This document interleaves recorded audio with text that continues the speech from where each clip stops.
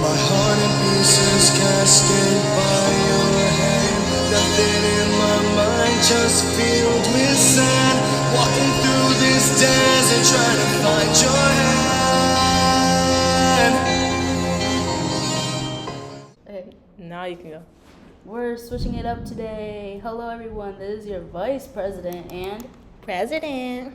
here of the Single Family Living Youth Advisory Board. Whoop, whoop. We're back with another episode, and once again, I'll be the host of this. Once again? No. For the first time in my life, I'm going to be the host of this episode. I think that is the 5th or 6th one. We're not keeping track. Yeah. Okay. Cut. We're switching it up today. Hello, everyone. This is your Vice President and President. here of the Single Family Living Youth Advisory Board. Whoop whoop. Yay. Yeah. Oh, Yay. all right, man. We're back with another episode, and once again, I'll be the host. Once again, I made the same mistake as before. This is the first time I'll be the host of this episode, and without further ado, we'll be presenting you with the 5th or 6th episode of this podcast. We're not keeping track. As always. For this podcast, we're going to be talking about situationships and how it impacts our youth. But in this episode, the first thing we're going to be talking about is Gen Z and Our skewed. our skewed vision of love and how we're unable to commit to things, especially relationships. Alright, we're going to start with me first. Yoo! Lock it. Oh. Okay, so although I'm someone that really avoids like relationships, like romantic relationships, and also just in general, anything revolved around love because of my religion and also because I kind of think that stuff is gross. But that's my personal opinion. No hate, no hate. That's my But opinion. That's my opinion. Anyway, I've noticed through a lot of friends how people are slowly losing the ability to stay committed to the things that they vowed to commit to. People take things a lot less seriously now. And whether that's influenced through social media or just some normalization of this in general throughout generations, I've seen the devastating effects of it. And one primary example is my friend who had to deal with this one dude. This is going to sound like a gossip session, but okay, to keep their names private, I'm going to call my friend Samantha. And the dude she's talking to, his name can be Matthew. Anyways, so Samantha and Matthew have been good friends for quite some time now. And Samantha and Matthew slowly became a little bit more personal and close. There's some stuff I can't say because some kids might be listening to this. But they're steering towards a more romantic relationship, right? And so they try it out. They go on a couple dates. They attempt to get closer, but the thing is that Matthew just says he can't commit because he's too scared of commitment with someone he doesn't really know if it's going to work out. And there is a big fear that's prevalent within our generation. It's not that people don't want to commit, it's that they're scared to commit because things feel really unstable and things are rapidly changing in front of us. So I think amidst the instability, people just can't trust each other anymore. But it was weird because he wanted to do everything that a couple does, kissing, hugging, etc. But he just didn't want a label of like girlfriend, boyfriend, which I don't think that's a really large step to take if you're already doing stuff that couples do. It seemed like he just wanted to be open for other options to pursue him while still gaining the benefits of being with Samantha. And that's an issue that I see is really common with a lot of people, where they really just seek out benefiting themselves and like prioritizing their own pleasure, but they don't really care to not only think about the other person, but also just like be aware of the fact that they have to be loyal and committed to one person if they want to pursue things that they want. And I think it's like a really skewed perspective on relationships now, because it's no longer about sacrifice and just genuinely committing to someone out of love, but it's like transactional. Like, you give me this feeling, I give you this feeling, you give me this type of affection, I'll give you this type of affection. And although relationships can sometimes be inherently transactional, there's also a level of depth that people are missing nowadays with their relationships. And it's sad to see that so many people just fall into these types of situationships without really considering the fact that things might get more serious. You might get committed later on, and it just, people don't really care for that. They just want to care about in the moment how they feel and how that person benefits them, rather than thinking about how it affects everything long term. Yeah, I agree. I've seen that, like, on social media. I've seen a lot of people fall victim to situationships and people not wanting to put labels on relationships, and then being mad at the fact that even if it's a mutual saying that, hey, we don't have to label our relationship, but then being mad at the other person for pursuing other people. And I say, yeah, you're entitled to your own opinions. I'm not saying anybody has invalid opinions, because that's not fair to me to say. But you also can't be mad at that other person when you're not in a committed relationship. You chose mutually to be in a situationship. And we mentioned this in the Love Island, or the Rise of Consumerism episode, where one of the people were trying to get a contestant caught up because they were in a talking stage. They were in what you would consider a situationship. And she was mad that he stopped communicating with her to be on that show, when the entire point is to find love. And it's like, you weren't in a committed relationship, so you're entitled to your opinions, but you can't sit here and be mad at him for pursuing other girls when you were not with him. And I've seen situationships take a toll on a number of my friends. Good luck, fallen soldiers. I know it's hard in these streets. And one of my friends has finally been released from his shackles. We'll say that his name is Sam, and the one guy's name is Caden, where they were going at it for 7 months, 8 months, maybe 9 months by now. But again, he's been released from his shackles. But the Caden person, he was with his girlfriend, and he was still indulging my friend, knowing that my friend Sam liked him, and they were doing everything that a couple would do. They would hug each other, they would pick each other up, they would be indulging in these relationships. No, and my friend knew it was wrong. My friend Sam knew it was wrong, but he liked Caden. I mean, you're entitled to your own feelings. But again, I'm not saying that my friend was in the right, the other person was in the wrong. Actually, the other person was in the wrong, because you're in a committed relationship and you're putting on this facade that, hey, just give me time to break up with my girlfriend and I'll be with you. But when it came time to break up with his girlfriend, he was saying that, hey, I know I told you I'm bi, but you were engaging with these acts with my friend, and we were all confused, and you were being basically emotionally manipulative to my friend, because he was ready. He was waiting for you. You said you liked him. You just had to get rid of your girlfriend, which is not okay. I'm not condoning his behavior, but when it was time, you would use my friend as a shoulder to cry on, but now you're nowhere to be found. And when it came time to have a conversation about what's going on, like, you got rid of your girlfriend, you're saying you're not gay, you don't like men, even though you said you liked me, things like that. It's like, there's a lot of emotional manipulation involved with situationships, and I can't necessarily say that my friend and him had a consensual, like, situationship relationship, because they were friends first before anything. And sometimes people don't value relationships like that. They'll use you, like the VP said, for emotional gain, and they won't think about your interests or anything in mind.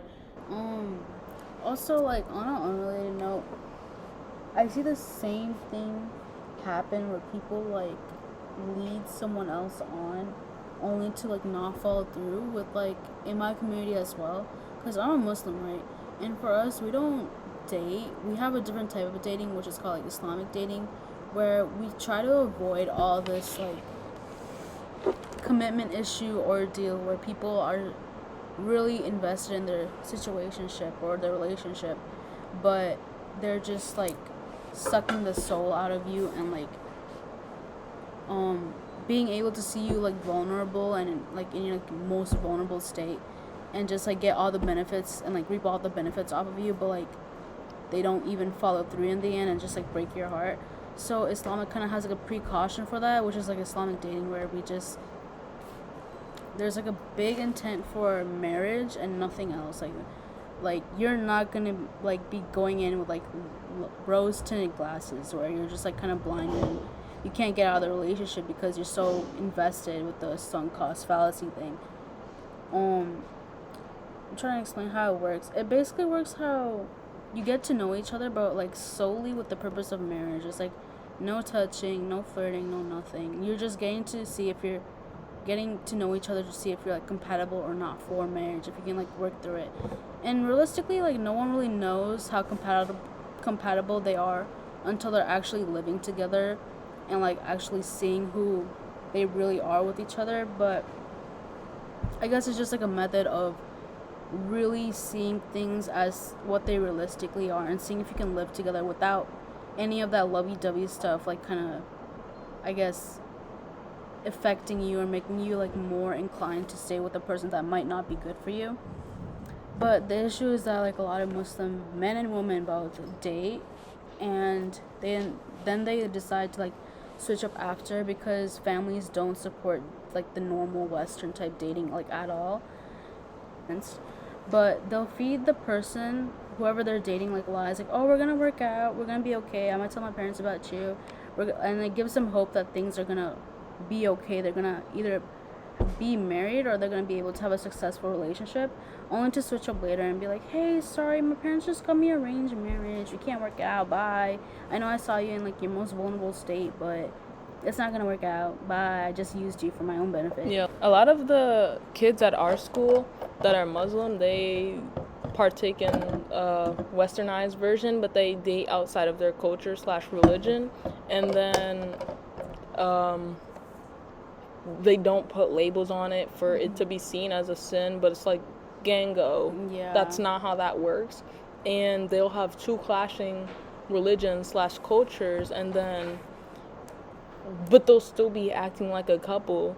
And it's weird because yeah, you didn't put a label on it for the sake of religion, but then you'll get mad at each other for doing things with other people. It's like you're not in a committed relationship, and it's like, how do you think it's going to work when you know that the religions that you partake in have differing views on what romantic relationships are? And I don't think they even think it's gonna work out, but like they just want to have fun in the moment. They just reap the benefits of the relationship until things are about to get messy, where they decide to dip and like leave that person heartbroken. No, they don't do that. Oh, they don't. They didn't do that at our school. They didn't do that at our school. As far as I know, even though they were on the outs during prom, they still went together. Even though like the guy, which was Muslim in this situation, he was treating her badly. But it's also like they both knew that the relationship wasn't working out. But you know that sunk cost fallacy. Like we're about to graduate. I already asked you to take me or whatever it is. So they wanted it to work out, even though at the end they knew it wouldn't. Yeah, but like a lot of relationships, like one person that isn't religious or like a Muslim. Who? One person that isn't religious don't know how it's gonna end and actually have hope for the relationship, only to be heartbroken in the end because it's something they didn't expect. But I've also seen people that are like, they want to be Muslim but aren't. They only want to be Muslim for the sole purpose of getting a Muslim man. And we'll just call this person Abby. And Abby, she already had some personal problems, but that made her be more inclined to older men, specifically with the Muslim type of men.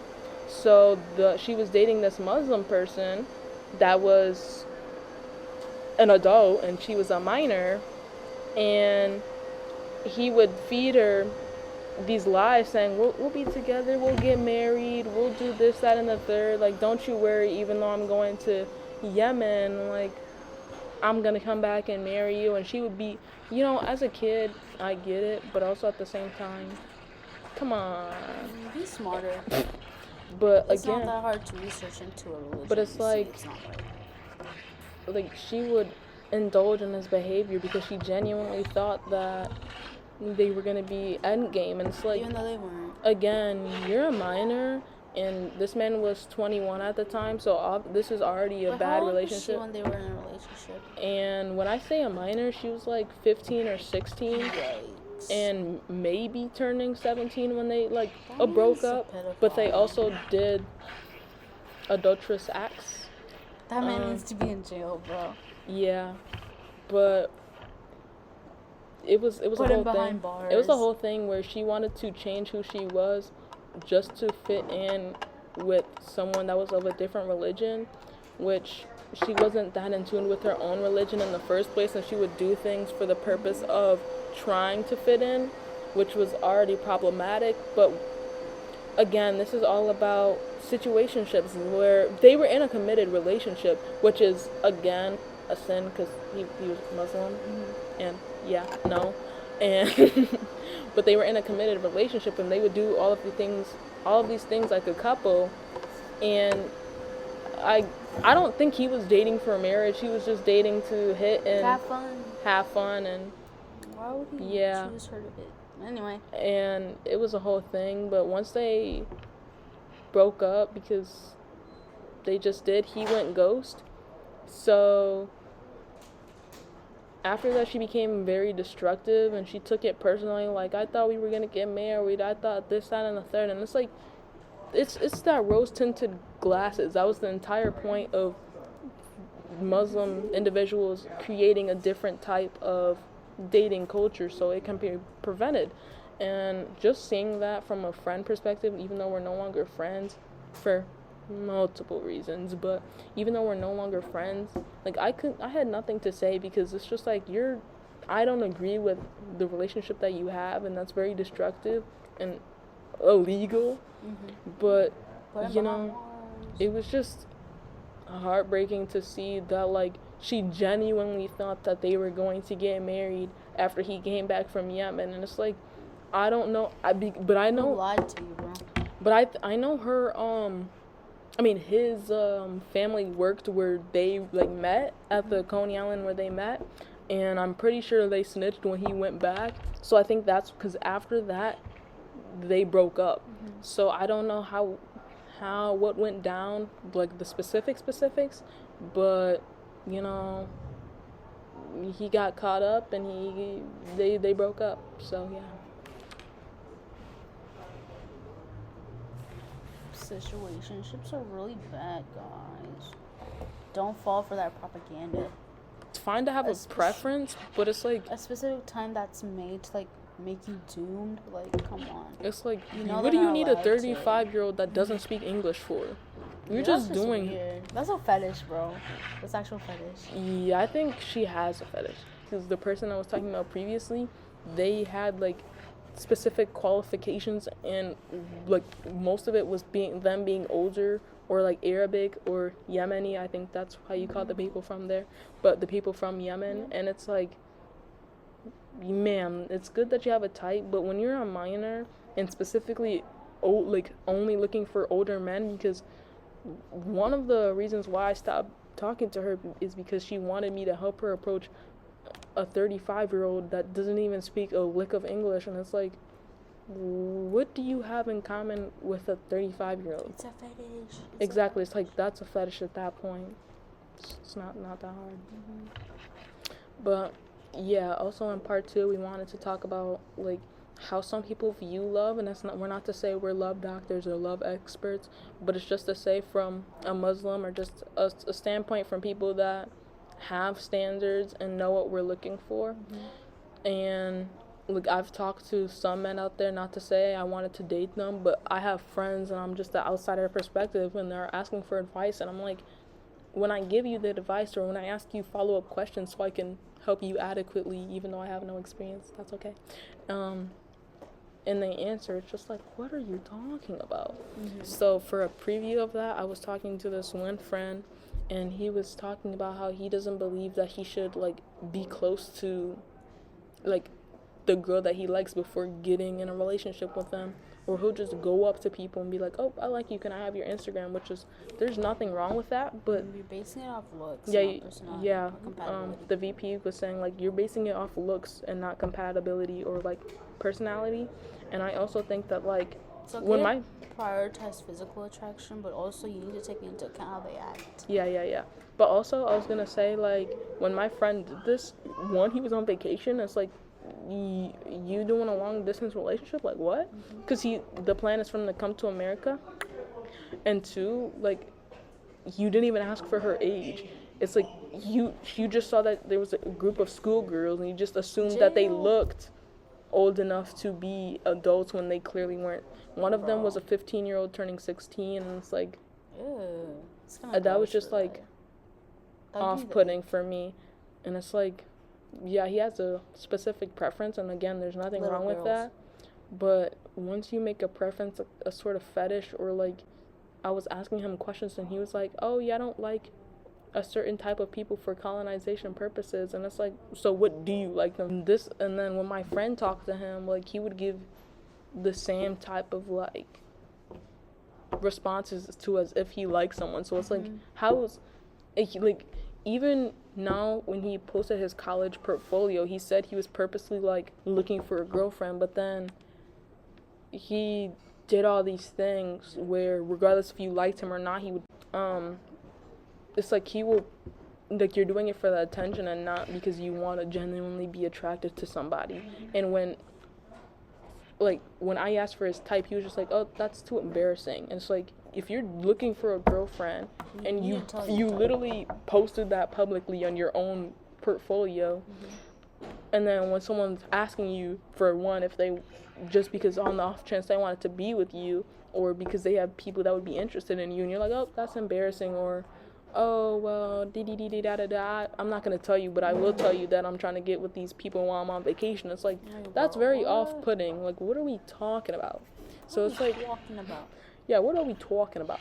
So it's like, it's situations like that where people will place themselves in situationships, or like, they'll be yearning for love so bad, but they don't understand, one, their definition of love, and two, how to love other people because of how they approach love in the first place. So yeah, I'm not like him where I'll just give anybody my time of day just because they seem remotely interested in me. And yeah, if you look at the podcast, it'll say Artist Corner, and we'll be shouting out Noisy Skyrim because he's giving us permission to use his music for the intro and outro of our podcast. Yahoo! Because he's a member of the SFOYAB. Yay! And follow us on TikTok at SFOYAB4. Follow the YouTube page, Single Family Living Nonprofit. Follow Instagram at SFOYAB and Detroit SFL. And other platforms. If you want to find those platforms, find them on singlefamilyliving.org.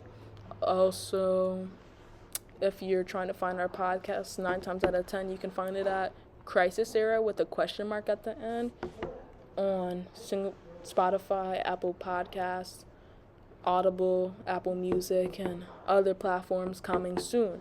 So, thank you for listening, and please follow us. Please. Please. Peace, love, stay safe out there because it has been thunderstorming while we're recording this and we were scared for our lives. Bye! I'll